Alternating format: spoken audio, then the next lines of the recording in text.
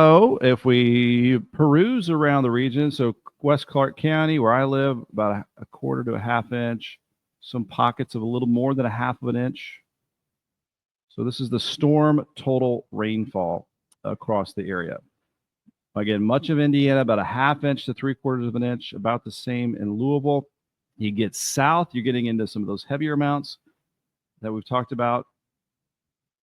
Notice here in Meade County, over an inch of rainfall. And then over here in Breckenridge County, Kentucky, down in Grayson County, looking at 1 to 3 inches of rainfall with the radar estimates. And then east of I-65, Bardstown, around an inch or so. Down in Hodgenville, about an inch there for Orlean, Springfield. So there you can see anywhere from about a half inch to over an inch of rainfall, heaviest west of I-65. All right, let's back out of the full screen. Now, talked about it so long, it's time to get into the future radar, weather models. Here we go. And we're going to start off with we typically do the HER, but let's go ahead and do the NAM 3-kilometer weather model. And we're looking at here at noon. There you can see the rain that's left over is mostly east of I-65 here at noon today. So just in about an hour and a half. As we go into the afternoon, everywhere is beginning to dry out and clear out as well. So looking nice and comfortable for this afternoon for whatever your plans might be. Maybe you're taking the TV outside, watching some football this evening. We've been watching a lot of the U.S. Open tennis lately. All right, so this is today. Now, we are more interested in tomorrow, right? So let's go into tomorrow afternoon. The second front is going to be moving into the region. There you can see it developing out to the west. I'm going to go to about 3 o'clock. It looks like we'll be dry through most of our afternoon tomorrow. Maybe a stray shower west of 65. But I'm going to jump this ahead to 6 p.m. Let's see what's firing up late afternoon into the evening time. So this is what we're going to watch out for. So right now, the trend has been, if you look kind of closely to this, for more energy to be over Kentucky. So it looks like Kentucky has a little better threat of some strong to severe storms. You can see those looking pretty big and bad there in western Kentucky first. We could have a couple strong thunderstorms in southern Indiana, but I think it's going to be a lower threat. Either way, late tomorrow, be prepared. This is at 6 p.m. Friday for the potential of those downpours and a few of these strong to severe storms. While it's not a outbreak of severe weather, this is probably the highest threat of severe weather that we've seen in quite some time because we just haven't had the wind shear ingredient that we have some for tomorrow throughout all of summertime. So that is at 7 p.m. tomorrow. That's the time frame for a lot of us to see the showers and thunderstorms to move into our area. And then here's 8 o'clock along and east of I-65 for your Friday evening. That might cancel again the tennis match that my son has tomorrow, depending on how quickly it moves in. And then there you can see starting to move east at around 9 p.m. Now watch what fills in behind the initial line of storms as we go into 3 o'clock during the overnight hours here, the early morning hours, the Saturday morning. So this is around 3 to 4 o'clock in the morning. A good soaker on the way as this front is slow to move through. So look at that. 4 a.m. Saturday. Let's go to sunrise, 7, 8 o'clock Saturday morning. It looks like it's still pretty wet across the area. So I don't know if you have any Saturday morning plans, but I would plan for some rain to be around. This is at 8 o'clock Saturday morning. Let's go hour by hour here into 9 o'clock Saturday morning. And then I'm going to jump ahead to noon now for Saturday, and it looks like we'll start to see that rain trending and dissipating and tapering off to the east here as we go into the afternoon Saturday. So a little bit of active weather that we haven't had in a while here over the next 48 hours or so. And then we'll go into Saturday afternoon and plop on the temperatures because significant cool down on the way.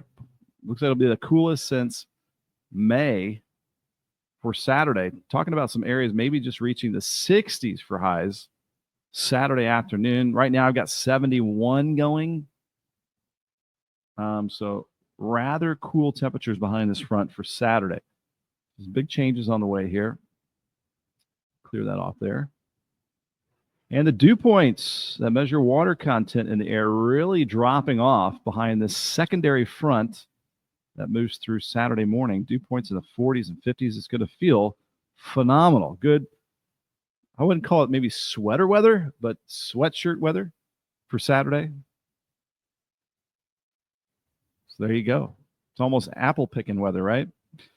We've got Steve Gibbons here with a report of 1.5 inches of rain in Brandenburg. That matched up perfectly with the radar total estimates that I just showed. So thanks for the ground truth there, Steve, from your backyard. So there is the fall-like conditions that will be moving back into the region here for our Saturday. Now let's switch over and go to the high-resolution rapid refresh weather model.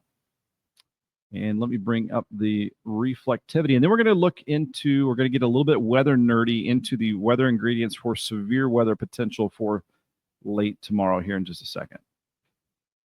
So this is showing us our noon today with the high resolution rapid refresh weather model. And then we go into the afternoon and we're nice and dry. Leftover shower, maybe east towards Lexington for part of the afternoon. Now let's go ahead and jump ahead to tomorrow afternoon. That's the next main focus here for us. And we're going to jump ahead to late afternoon around 5, 6 o'clock. We'll see, kind of compare and contrast the timing between the NAM and the HRRR, two high resolution weather models. This one's a little bit later than the NAM. So the NAM's a little bit more antsy with those storms. This is at 7 o'clock tomorrow evening. So it would be nice if it held off later towards sunset, then you have less fuel for the storms. Here's at 9 o'clock. So the HRRR is less aggressive than the NAM 3 kilometer. So there you can see some of that rain. This is at 11 o'clock tomorrow night. And then we're going to jump ahead to Saturday morning. This is 8 a.m. Saturday. Notice a good chance of rain across the area. So a soggy start to our Saturday.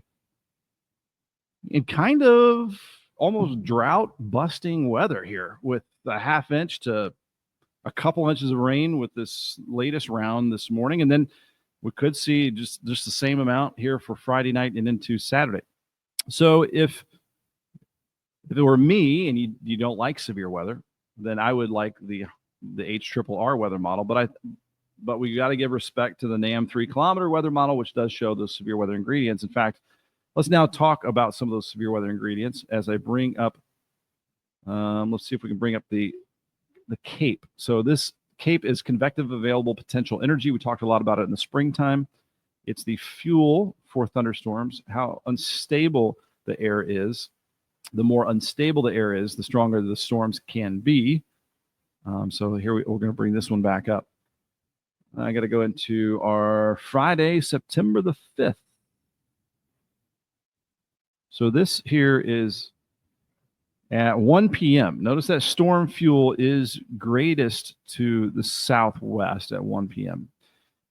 The model showed at 6 p.m. those storms moving into areas just west of I-65 for Friday. So notice the storm fuel. This is why Kentucky has a better threat of severe storms than Indiana for our late Friday, because this is a lot of storm fuel here over central Kentucky. 3,000 joules per kilogram. That is a lot of energy for storms if that does charge up there. You go north, and it's just not as unstable. So that is good news for Indiana.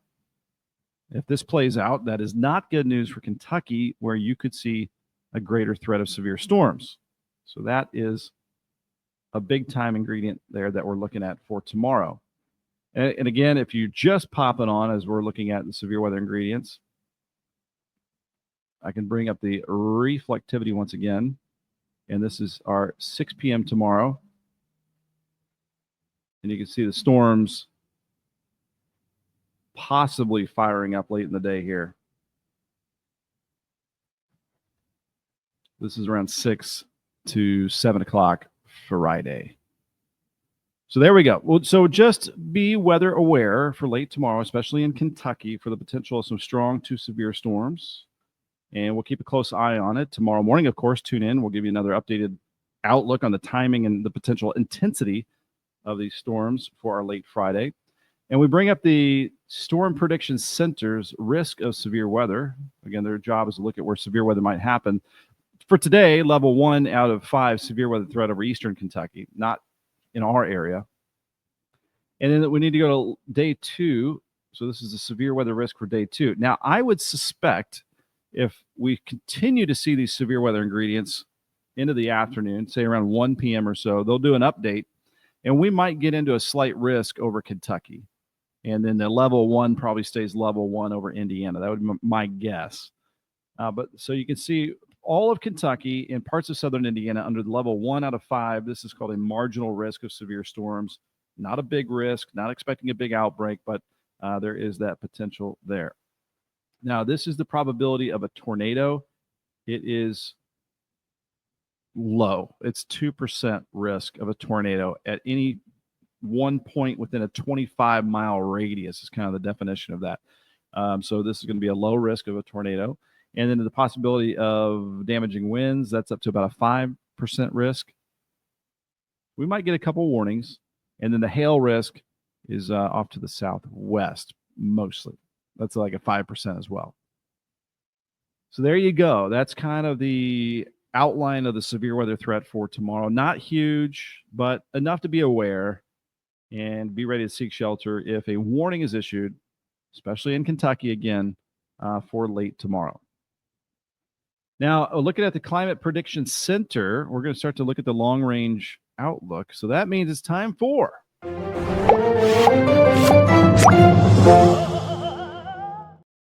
All right, been on a limb. Let's do it.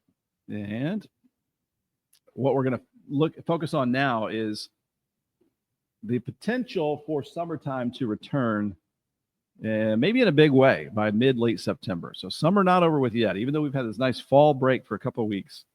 And over the next week, it'll stay fall-like. We might get this nice return to summertime. And I know there are some fans of that, fans of the heat returning. They're out there. I would say the majority of us are happy with fall sticking around. What say you? Do you want the long-range outlook to heat up? All right, let's go ahead and bring it up here with the CPC, the Climate Prediction Center's 6 to 10 day outlook. So this is the outlook through next week. High confidence and below normal temperatures through next week. But my guess is that this changes on the 8 to 14 day outlook. Now we're starting to see some confidence in above normal temperatures in the longer range outlook. So this is the Climate Prediction Center's 8 to 14 day outlook. So this would be, so if you're 14, you're looking at just past the midway point of September here. So let's match that up with the long range GFS weather model. We will go to model temperatures. We need to look at a couple things. If we're looking for an air mass change, if you've been watching here recently, the return of moisture, the dew points, mugginess is an air mass change. And then, of course, the rise in temperatures as well. All right, so the model that we're going to use, again, is the GFS. And then I want to jump ahead to, so it looked like the end of next week is when we start to warm things back up. So that is when we're looking at the 12th is next Friday. Let's go there. Let's go to the 12th and take a look at the temperatures. All right, so that is showing a heat wave building out west of us next Friday. We're not looking too bad. All right, so we're still in good shape through our next work week. Now let's go ahead and jump ahead to, let's say, so the 13th would be Saturday, 14th a Sunday. So this is 14th. So we're starting to see that heat wave slide east. That shows some 90s starting to make their way back into Indiana and Kentucky. So this is around the 14th. I believe that's a Sunday. And then let's go to Monday the 15th. So we're looking at the heat around the region. Ooh, we don't like those triple-digit numbers, do we? I don't think we're going to get that hot. My gut says we are not going to get that hot. But sometimes what September can do, so if it gets really humid, that'll hold the temperature down a little bit. So in July, we had 90s. It was very muggy. We had heat index about over 100.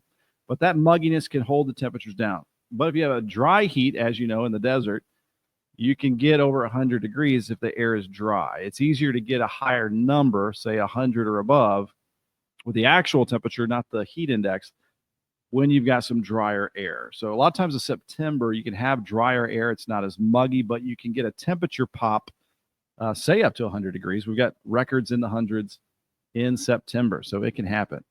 Vicky saying, love the Indian summer weather this time of the year. So what we're saying here, looking at these weather models, is the potential return of summer-like weather after this nice fall blast. Let's go to the 18th. I have no idea what day that is. Maybe like around Wednesday or Thursday. So it's showing on the 18th still some heat lingering across the area. All right, so maybe we get a September little heat wave.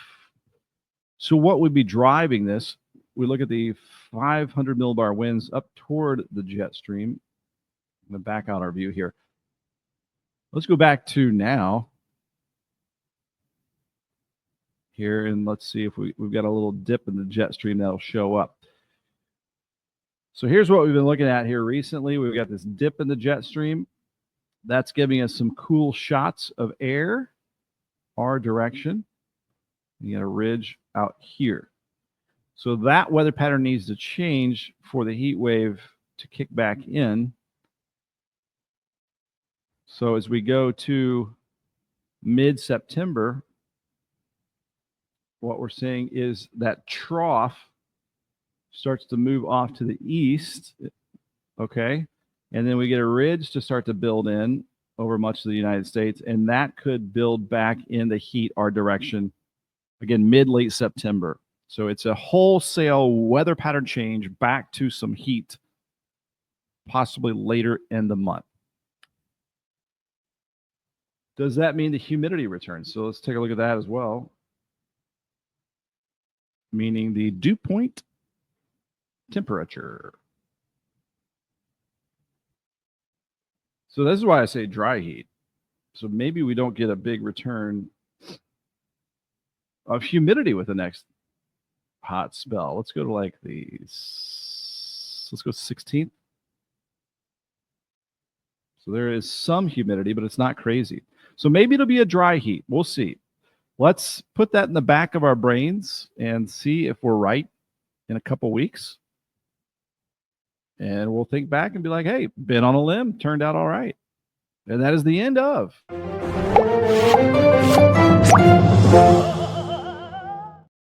our Ben on a Limb segment.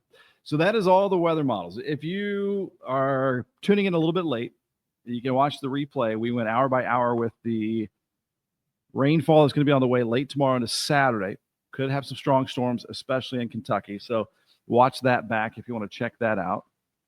And then now time to bring back up the forecast. So let's bring back the forecast up in case you missed it. Afternoon clearing trend today. Storms late tomorrow that we'll be watching for. Saturday morning rain. A good soaker, too. We could see an inch of rain out of this next front late Friday into Saturday morning. But then it is, again, clear sailing with upper 60s, low 70s Saturday afternoon, 70s and sunshine on Sunday, and 70s into early next week. So some fall-like air back on the way. So drying out and cooler this afternoon, going around 74 for that afternoon high. And it'll be dry later today. West wind at around 5 to 10. We've got the stupid weather jokes here. What did the investigators say to the cloud? I have some serious questions. Who does everyone listen to, but no one believes? The meteorologist. Throwing myself under the bus. What is the opposite of a cold front? A warm back.